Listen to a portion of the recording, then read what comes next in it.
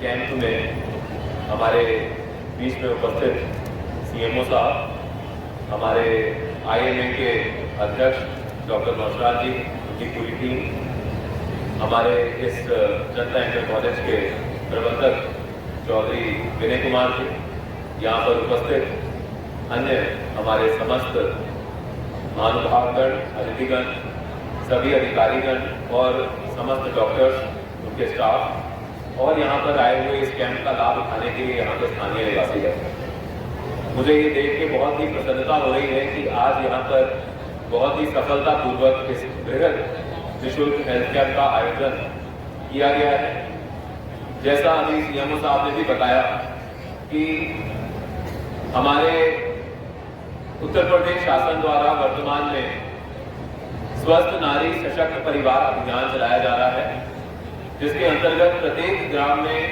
प्रत्येक CHC, PHC स्तर पर समय समय पर निःशुल्क हेल्थ कैंप का आयोजन किया जा रहा है। वर्तमान में आज का ये कैंप आईएमए के सौजन्य से जो आयोजित हुआ है, इसमें जिस प्रकार से लोगों ने आकर इसमें प्रतिभाग किया है, जिस प्रकार से लोगों ने यहाँ पर भीड़ देखने को मिल रही है, इससे इस कैंप की सफल आयोजन की मुझे कोई आवश्यकता नहीं है कहने की, ये अपने आप में ही प्रत्यक्ष है। देखिए, हम लोग इस समय जिस समय से गुजर रहे हैं, हमारा देश जिस समय से गुजर रहा है, बहुत ही तेजी से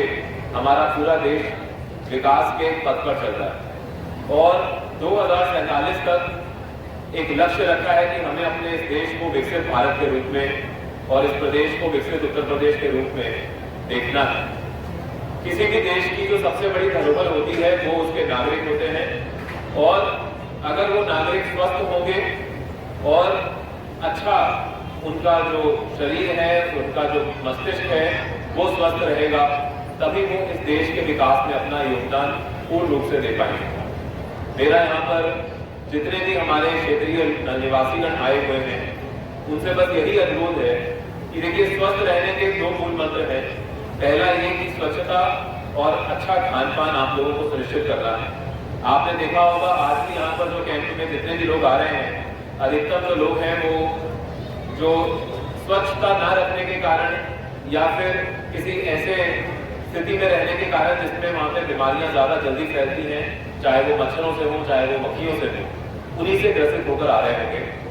अगर हम लोग स्वच्छ खाएं, स्वच्छ रहें, डेली अपने शरीर को स्वच्छ रखें, स्वच्छ कपड़े पहने, तो आदि बीमारियां अपने आप ही कम हो जाती हैं। उसके बाद कुछ ऐसी बीमारियां भी होती हैं जो हमारे प्रदूषण से या फिर आसपास के कई एनवायरमेंट फैक्टर से फैलती हैं। उन बीमारियों पर पूर्ण रूप से हमारा कंट्रोल नहीं होता है, नियंत्रण नहीं होता है, लेकिन उन बीमारियों के साथ भी लड़ने के लिए ये जरूरी है कि हम समय रहते उन बीमारियों को समझें, उनका डायग्नोसिस समय रहते हो और उसके बाद उसका इलाज प्रॉपर देखें। जैसे हम जानते हैं कि हमारा देश इस समय टीबी से मुक्त करने की अपने देश को लड़ाई लड़ रहा है। तो टीबी बहुत आसानी से फैलता है अगर हमारा खाना पीना अच्छा ना हो, लेकिन उससे ज्यादा जरूरी है कि अगर टीबी हो गया तो उसकी समय पर जानकारी हो, उसका प्रॉपर इलाज हो, उसकी दवाई हम लोग रेगुलर लें। इसी प्रकार से और भी कई बीमारियां हैं, चाहे वो दिल के रोग हैं, चाहे वो डायबिटीज है, चाहे वो कैंसर है, इन सभी रोगों की समय पर हम लोगों को जांच करवानी चाहिए। आज यहाँ पर आपको एक बहुत ही अच्छी सुविधा मिली है। यहाँ पर हमारे सरकारी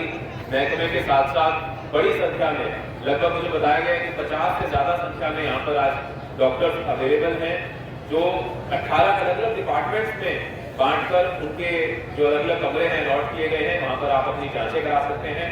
आपको कोई भी समस्या है, मैं कहूँगा कि आप अपनी जांच जरूर कराएं, दवाई लें, उसमें अगर आपको कोई रेफर किया जाता है और आगे की इन्वेस्टिगेशन के लिए तो वो भी जरूर कराएं। हमारा शरीर जो है वो एक मशीन के रूप में होता है और वो छोटे छोटे सिग्नल हमें खुद देता है। उन सिग्नल्स को हमें इग्नोर नहीं करना चाहिए। हमें ये नहीं सोचना चाहिए कि अपने आप ठीक हो जाएगा। अगर कोई आपको समस्या लग रही है तो उसकी जांच कराएं, अपना इलाज कराएं, ताकि हम फिर से स्वस्थ होकर अपने देश के, अपने परिवार के, अपने समाज के विकास के लिए अपना योगदान कर सकें। मैं सब आज हमारे यहाँ पर जितने भी डॉक्टर जिन्होंने आज अपना समय देकर इस कैंप को आयोजित किया है, हमारी आईएमए की पूरी टीम,